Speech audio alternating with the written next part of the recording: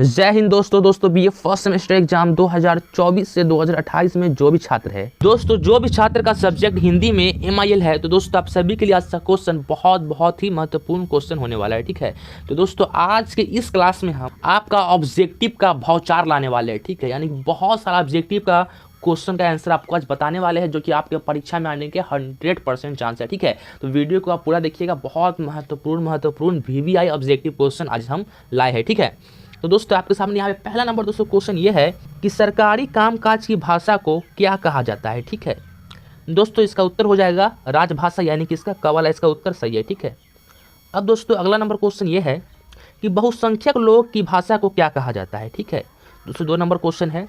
दोस्तों इस क्वेश्चन का आपका उत्तर हो जाएगा राष्ट्रभाषा। ठीक है, यानी कि इसका ख वाला इसका उत्तर सही है। ठीक है, अब दोस्तों हम लोग के सामने यहाँ पे अगला नंबर क्वेश्चन ये है कि संविधान के किस धारा के अंतर्गत हिंदी को राजभाषा घोषित किया गया है। ठीक है दोस्तों, बहुत ही महत्वपूर्ण क्वेश्चन है। ठीक है दोस्तों, इस क्वेश्चन का आपका उत्तर हो जाएगा धारा 343, यानी कि इसका ख वाला इसका उत्तर सही है। ठीक है, अब दोस्तों हम लोग के सामने यहाँ पे अगला नंबर क्वेश्चन ये है कि राजभाषा आयोग का गठन कब हुआ था। ठीक है दोस्तों, बहुत महत्वपूर्ण क्वेश्चन है।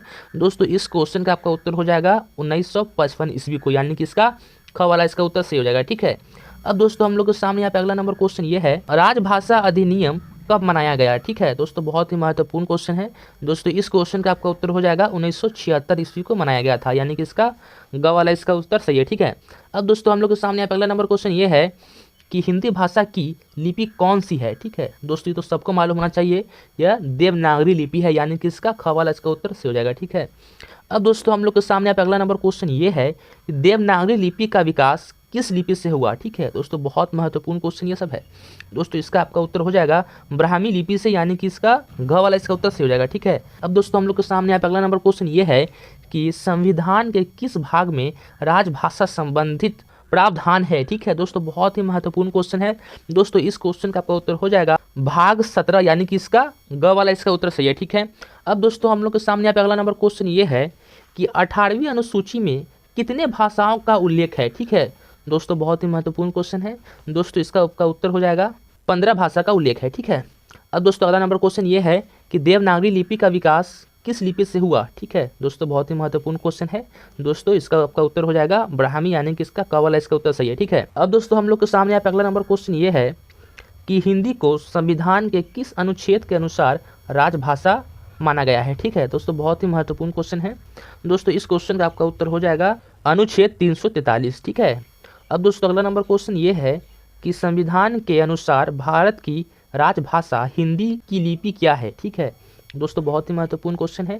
दोस्तों इस क्वेश्चन का आपका उत्तर हो जाएगा देवनागरी लिपि है। ठीक है, अब दोस्तों हम लोग के सामने पहला नंबर क्वेश्चन ये है कि राष्ट्रभाषा बनने के लिए सर्वाधिक आवश्यक गुण क्या है। ठीक है दोस्तों, बहुत ही महत्वपूर्ण क्वेश्चन है। दोस्तों इस क्वेश्चन का उत्तर हो जाएगा बहुसंख्यक लोगों की। ठीक है, यानी कि इसका ख वाला इसका उत्तर सही है। ठीक है, अब दोस्तों अगला नंबर क्वेश्चन ये है कि सरकारी कामकाज की भाषा को क्या कहते हैं। ठीक है, बहुत ही महत्वपूर्ण क्वेश्चन है।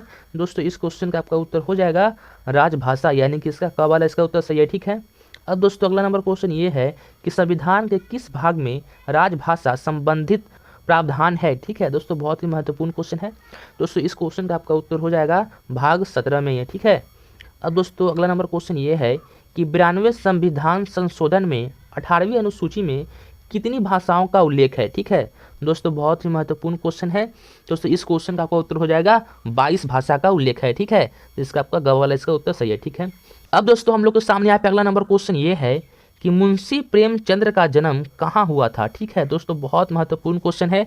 दोस्तों इस क्वेश्चन का आपका उत्तर हो जाएगा लहमी में हुआ था। ठीक है, तो आपका ख वाला इसका उत्तर सही है। ठीक है, अब दोस्तों हम लोग के सामने यहाँ पे अगला नंबर क्वेश्चन ये है कि मुंशी प्रेमचंद्र का जन्म कब हुआ था। ठीक है, ये भी बहुत महत्वपूर्ण क्वेश्चन है। दोस्तों इस क्वेश्चन का आपका उत्तर हो जाएगा 13 जुलाई 1880 ईस्वी को। ठीक है, यानी कि इसका ख वाला इसका उत्तर सही है।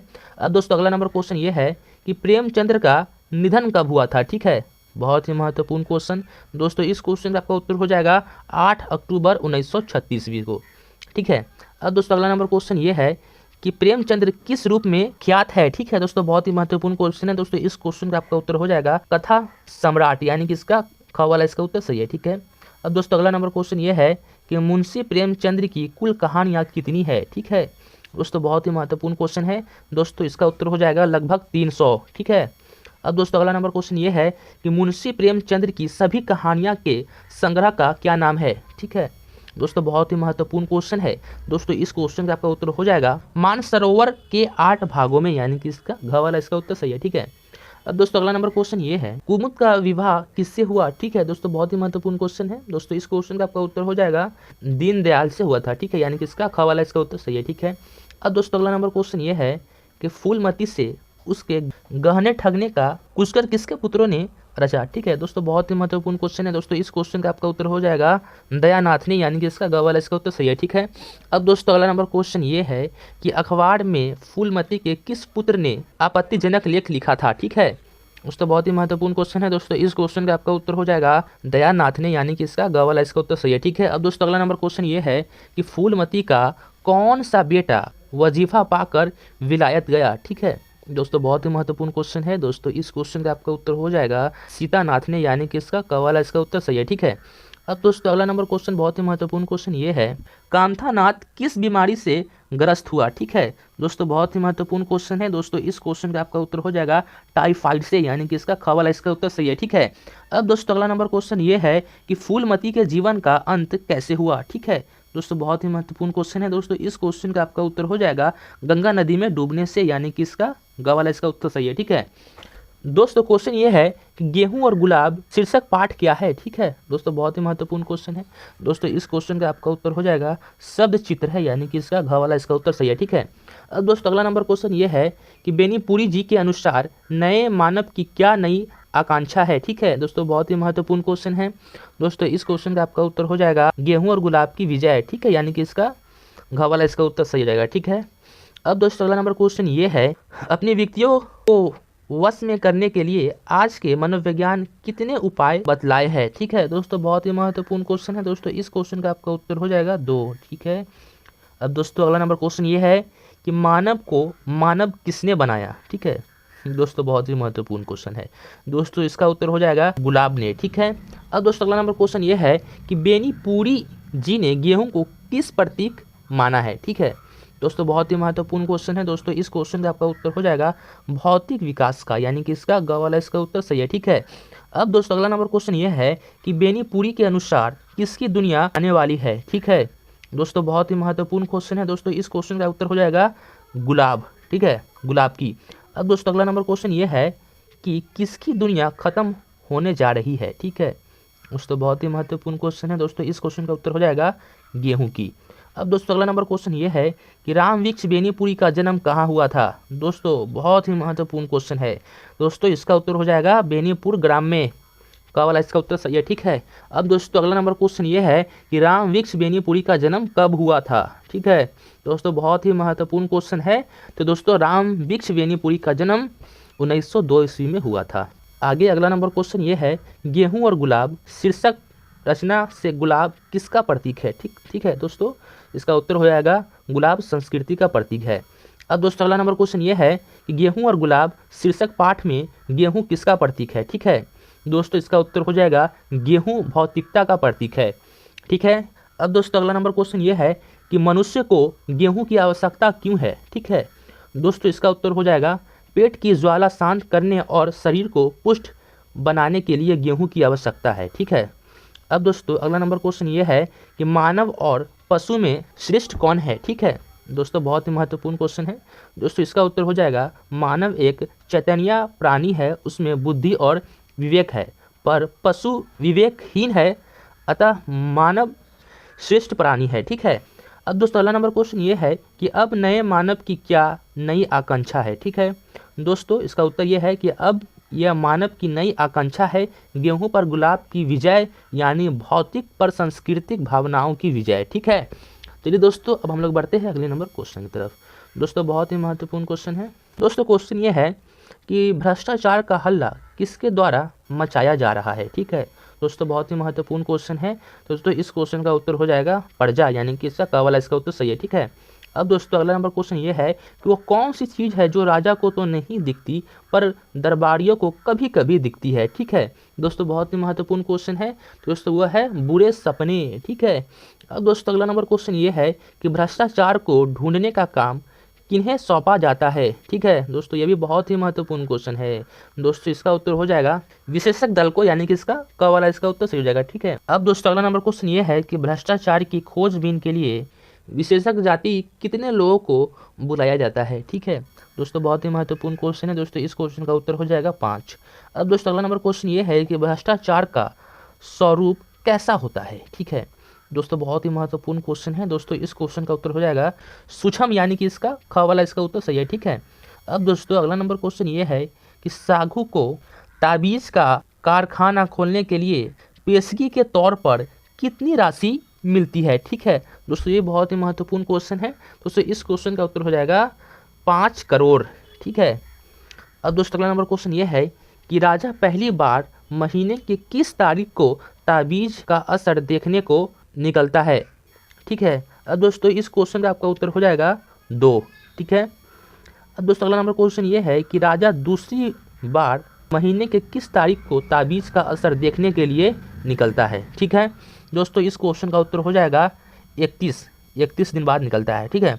अब दोस्तों अगला नंबर क्वेश्चन ये है कि हरिशंकर परसाई का जन्म कब हुआ था। दोस्तों बहुत ही महत्वपूर्ण क्वेश्चन है। तो दोस्तों हरिशंकर परसाई का जन्म 1924 ईस्वी को हुआ था। ठीक है। अब दोस्तों अगला नंबर क्वेश्चन ये है कि हरिशंकर परसाई का जन्म कहाँ हुआ था। ठीक है दोस्तों, ये भी बहुत ही महत्वपूर्ण क्वेश्चन है। तो दोस्तों उनका जन्म जमानी इटारसी में हुआ था। ठीक है, यानी कि इससे आपका क वाला इसका उत्तर सही हो जाएगा। ठीक है। चलिए दोस्तों, अब अगला नंबर क्वेश्चन क्या है। अब दोस्तों क्वेश्चन ये है कि बाबर की ममता एकांकी में किस बादशाह का पुत्र प्रेम वर्णित है। ठीक है, बहुत ही महत्वपूर्ण क्वेश्चन।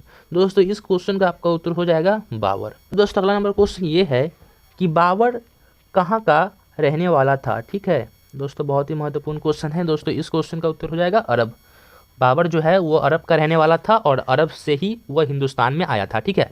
अब दोस्तों हम लोग के सामने यहाँ पे अगला नंबर क्वेश्चन ये है कि हुमायूं कहाँ बीमार पड़ा था। ठीक है दोस्तों, बहुत ही महत्वपूर्ण क्वेश्चन है।